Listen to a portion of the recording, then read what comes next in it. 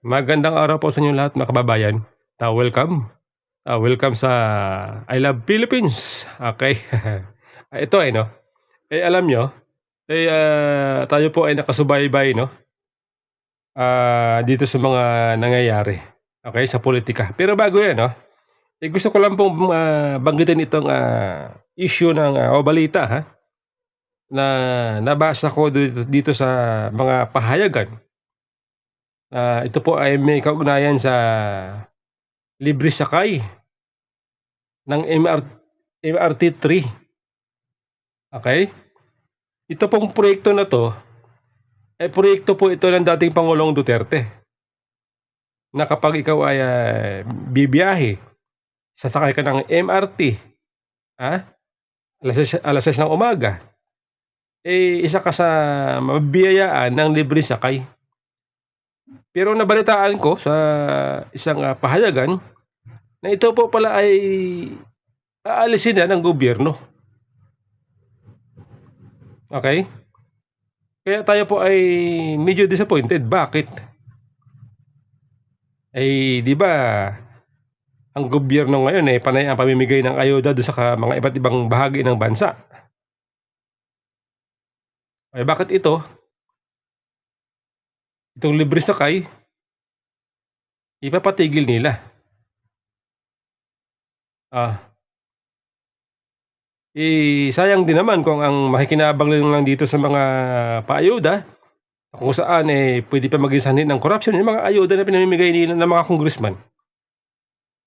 Ano yun, prone sa korapsyon. Samantala ito, yung libre sakay, masasabi natin na sigurado mapupunta sa tao. Bagamat itong, MRT-3 ay, private consortium, pero itong libre sakay, subsidy ng gobyerno. Kaya panigurado na ang bawat mananakay na maka-avail nitong libre sakay ay siguradong nakikinabang siya. Bakit, ang tanong natin, bakit pinatigil ng gobyerno? Dahil ba sa itong, proyekto na 'to, libre sakay, ay, proyekto ng dating, administrasyon Duterte? Kasi doon sa article, sa news article binabasa ko, walang, explanation kung bakit ipatigil. Walang explanation, kaya naisip ko, 'di kaya may kinalaman ito dahil itong proyekto na 'to, ay proyekto ng dating Pangulong Duterte. At dahil sa proyekto ng dating, Pangulong Duterte, kaya pinatigil. Tayo po ay nagtatanong lamang. Kasi sayang, 'di ba? Sayang din yung, tulong sana sa mga mananakay, mga taxpayer, mga biyahero. Katulad natin, maliliit na din na tao. 'Di ba? Doon sa aking nabasa article, ang, may libreng sakay na lang yung kawani ng gobyerno, empleyado ng gobyerno. Ngayon, dahil, wala tayong makuhang paliwanag bakit pinatigil, kaya siyempre hindi natin maiiwasang mag-isip na hindi kaya ang ating gobyerno ay namumulitika, o di kaya baka wala ng pondo, kaya pinapatigil na itong, mga libre sakay. Ngayon, iniisip ko din, kung walang pondo ang gobyerno, bakit tuloy-tuloy ang pamimigay nila ng ayuda? Kaya po, mas namayani sa akin isipan, baka dahil ito po ay proyekto ng dating Pangulo, sa makatuwid, pulitika ang dahilan. 'Di ba? Kasi nag-iisip tayo, nagbebenta sila ng, ginto, ibebenta nila yung, Star City. Okay? Kukunin nila yung pondo ng PhilHealth, 90 billion. Tapos ipatigil itong, libreng sakay. Kaya minsan naisip natin baka nagtitipid, baka walang pondo, okey? O kaya itong pondo na matatipid nila, ibubuhos dun sa pamimigay ng ayuda ni Romualdez. Pulitika, okey? Eh, tayo po ay nagtatanong lang. Eh, wala tayong ideya, eh, basta nabasa natin ganun lang, papatigil. Kaya tayo po ay napapaisip, ah, ah, ngayon ito, punta po tayo dito sa issue ng pulitika ngayon, 'no? Issue ng pulitika, 'di ba October 1 nag-start na yung, filing ng mga COC, yung mga aplikante, yung mga pulitiko, yung mga nagsasabi na tayo daw ay boss nila, ah, tayo daw ay boss. Okey, ngayon ito, 'di ba, ang mga pulitiko, ang mga aplikante pupunta doon sa COMELEC para mag-file ng kanilang mga COC. Then, after nila mag-file ng COC, pupunta sila sa podium,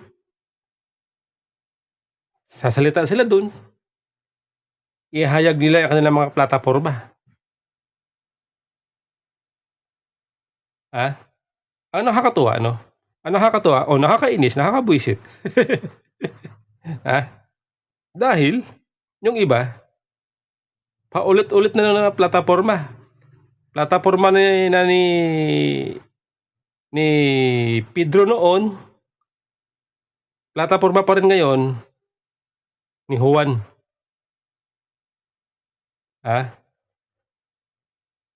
Pero sa plataporma na yon, pagkahaba-haba na kung sino-sino na lang ay, pag ako nanalo, palalakasin ko ang kita. Pag ako nanalo, tutulungan ko mga mahihirap. Pag ako nanalo, pabababain ko ang presyo ng bilihin, mga tipong ganon. Sa awa ng Diyos hanggang ngayon, pobre pa rin si Juan de la Cruz. Nakakasawa na, 'di ba? And then meron din pupunta dun sa podium, kasi ganito, ganyan, kasi ganyan. Kaya minsan tayo po ay natatawa. Yung mga hindi seryoso, kalaon-laon ay i-de-declare ng COMELEC nuisance candidate. Okay? Now ito, meron naman na sinasabi nila na ang kanilang, yung mga dati nang nakaupo na mga congressman, mayor, sabi nila, itutuloy nila ang kanilang mga nasimulan. Okay? Continuation. Doon sa mga bago, alam nyo, doon sa mga bagong aplikante, yung mga sinasabi nila, ginagaya lang nila sa mga nagdaang politiko, mga sinasabi noon, plataporma noon ng mga dating politiko, ginagaya lang nila. Katulad ng binabanggit ko. Ngayon, alam nyo ba, meron kasi akong gustong marinig sana, na magsabi, politikong magsabi na pag siya ay maluklok, pag siya ay nanalo, siya ay gagawa ng batas para ipagbawal sa isang congressman, senador, na mamigay ng ayuda. Yun sana ang gusto kong marinig. Kasi alam nyo, yan po kasi ngayon ang gawain ng mga politiko, lalo na mga congressman. Bilyon-bilyon. Malaya sila, di ba? Pero meron naman tayong government agency na siyang pwede magpatupad niyan, na siyang may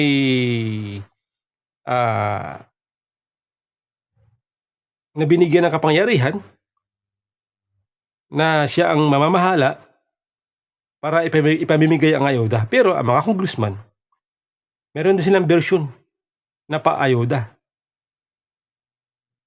O, 'di ba? Kaya inihintay ko na sana may magsabi na kapag sila'y nanalo, gagawa siya ng batas na ipagbawal sa mga congressman mamigay ng ayuda.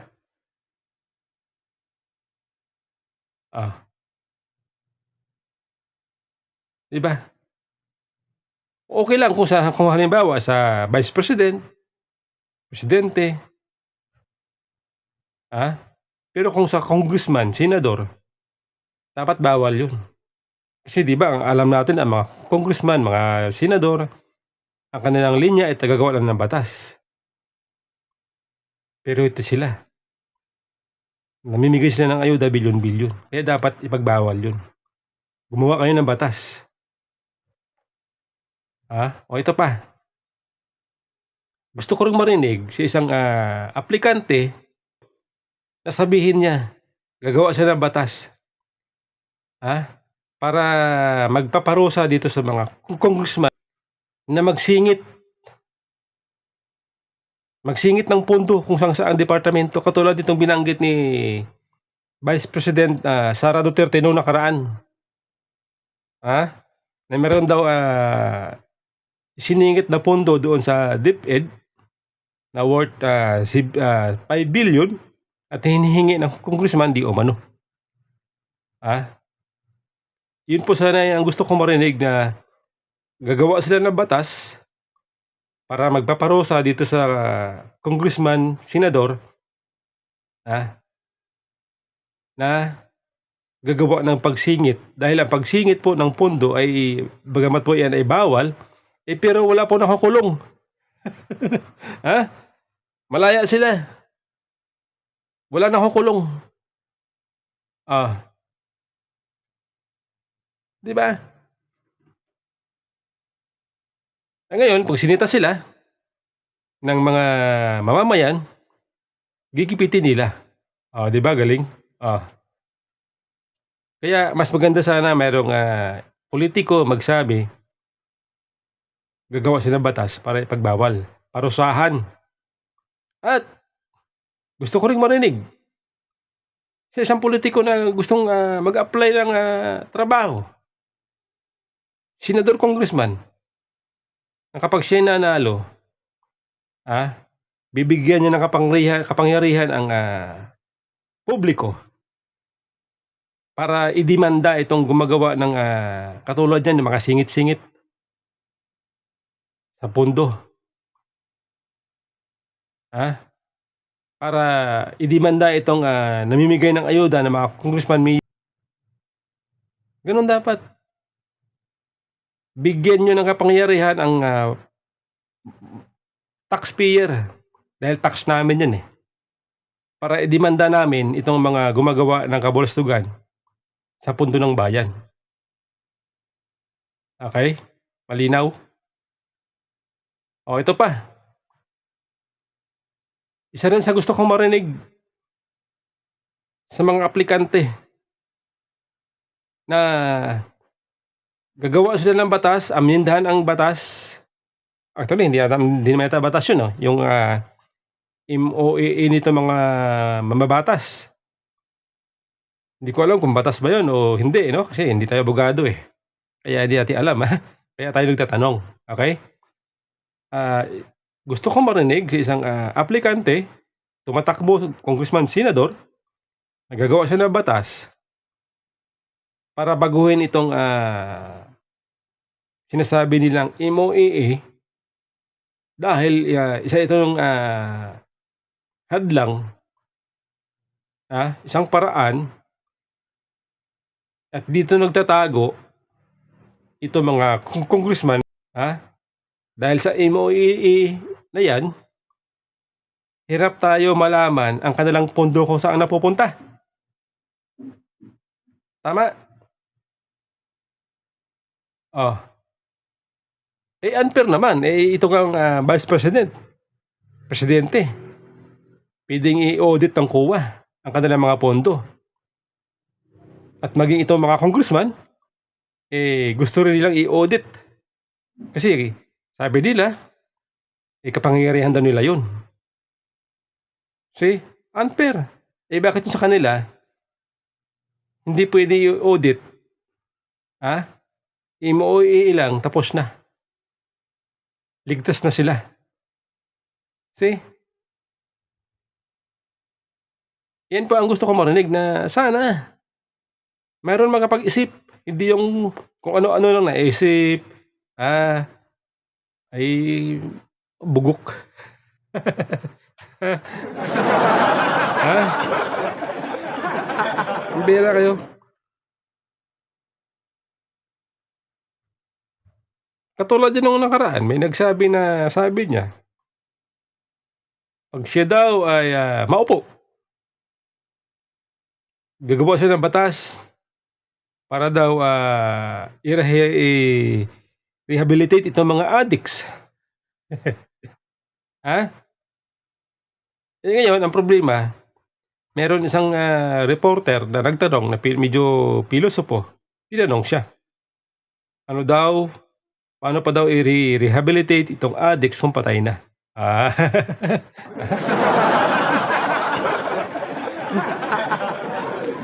Kaya ako natawa. Okay? Kaya ako natawa. Actually maganda yun eh. Maganda yung batas na yun. Yung sinasabi niya na yung panukala niya, maganda yun. Para ituwid itong naligaw na landas. Maganda yung. Kaya lang, eh, kung sa kasalukuyang takbo ng gobyerno, pwede nang gawin yun eh. Di ba? Pwede nang gawin yun. Kaya nga may pinatayo na mga, ano ba yun, yung mga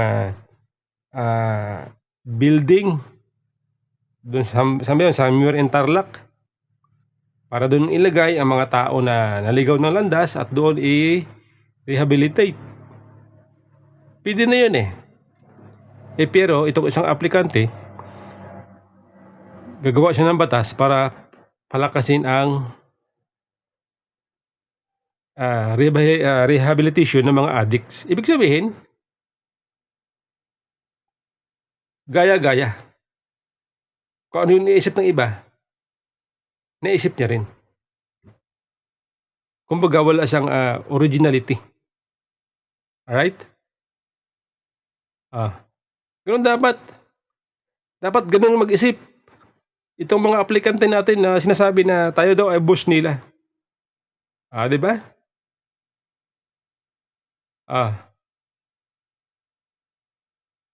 Ganyan dapat.